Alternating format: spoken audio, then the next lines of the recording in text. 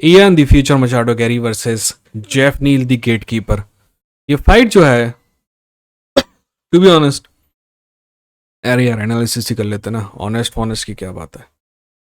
Fight जो है बहुत स्लो चालू हुई। दोनों ही मैन जो है, दोनों ही आदमी पहले राउंड में एक दूसरे को कनेक्ट कर रहे थे।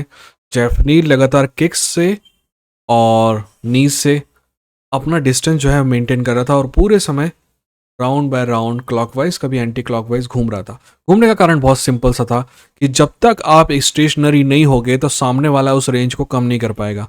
और ये ट्रिक जेफ नील यान गैरी के लिए काम कर रही थी। बट पहले राउंड में जितनी भी चीज़ें कनेक्ट हुई, न सिर्फ जेफ नील ने ज़्यादा कनेक्ट किया पर जेफ नील ने ज़्यादा डैमेजिंग स्ट्राइक्स भी मारी। बहुत ही कम थी, गिनने के लिए 15-16 ही होंगी।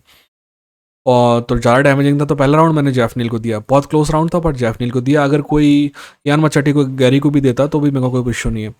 दूसरे राउंड में हमें साफ साफ नज़र आ रहा था दो चीज़ें। पहला कि जैसे कि मैंने आपको पहले ही बताया कि इयान गैरी जो है बहुत अच्छे तरीके से रेंज को मेंटेन कर रहा था, तो वो बात तो यहाँ भी थी। और दूसरी बात जो और भी ज़्यादा इंपॉर्टेंट थी, न सिर्फ इयान गैरी रेंज को मेंटेन कर रहा था, जब कभी रेंज तोड़ के जेफ नील पास आना चाह रहा था तो इयान गैरी की नी वहाँ उसका स्वागत करने के लिए थी। तो that was very dangerous for Jeff Neil. तो जेफ नील जो है जैसे ही एक दो पंच मारता उसके बाद वो क्लिंच करना चालू कर देता ताकि जो डिस्टेंस है वो मेंटेन रहे, है ना। क्योंकि वो जेफ नील को पता था कि जैसे ही वो क्लिंच से बाहर निकलेगा तो एक दो शॉट उसको पड़ेंगे। तो इस चक्कर में ये राउंड भी बहुत क्लोज था। पर जैसे कि मैंने पिछला राउंड क्लोज जेफ नील को दिया तो ये राउंड क्लोज में यान मचाटो को गैरी को देता हूँ। तीसरा राउंड जो है एक्चुअली जैसे पहले दूसरे थे वो भी तीसरा भी लगभग वैसे ही था। बट इसमें ज़्यादा एक्टिविटी दिखाई जेफ नील आपके यान मचाटो गैरी ने। और ये राउंड मैंने यान मचाटो गैरी को दिया। मेरा स्कोर था 29-28। दो जजेस का कहना था कि तीनों राउंड यान गैरी ने जीते हैं इसलिए उन्होंने 30-27 दिया। एक जज का कहना था कि जेफ नील ने दो राउंड जीते इसलिए 29-28 दिया। मेरे खिलाफ 29-28 मैंने यान गैरी को दिया, उसने 29-28 जेफ नील को दिया। पर दो जजेस जो थे उनका कहना था 30-27 Ian Garry. That I don't agree. But ये फाइट जो है इयान गैरी ने जीती।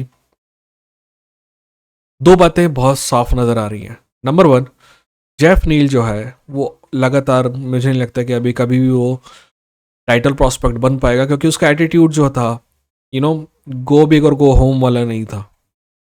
दूसरी बात, मतलब कैट कीपर बना रहेगा वो।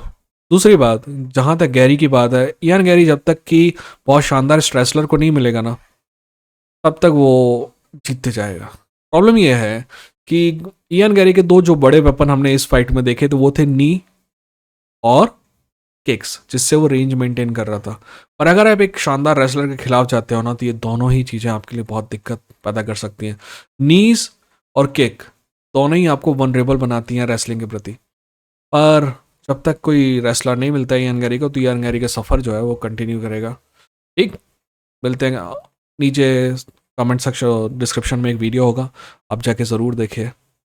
मेरा वादा है आपसे कि आपको वो अच्छा लगेगा। अगर नहीं लगता तो कोई दिक्कत नहीं है, और अगर लगता है तो सब्सक्राइब करके बेल आइकन कीजिएगा उस चैनल को भी, इस चैनल को भी, और हो सके तो शेयर कीजिएगा उस वीडियो को। ठीक है, इसको आप शेयर नहीं करेंगे मुझे पता है। अपना ख्याल रखिए, अपनों का ख्याल रखिए। था इंडियन फाइट जंकी, लड़ेंगे जीतेंगे। ठीक है।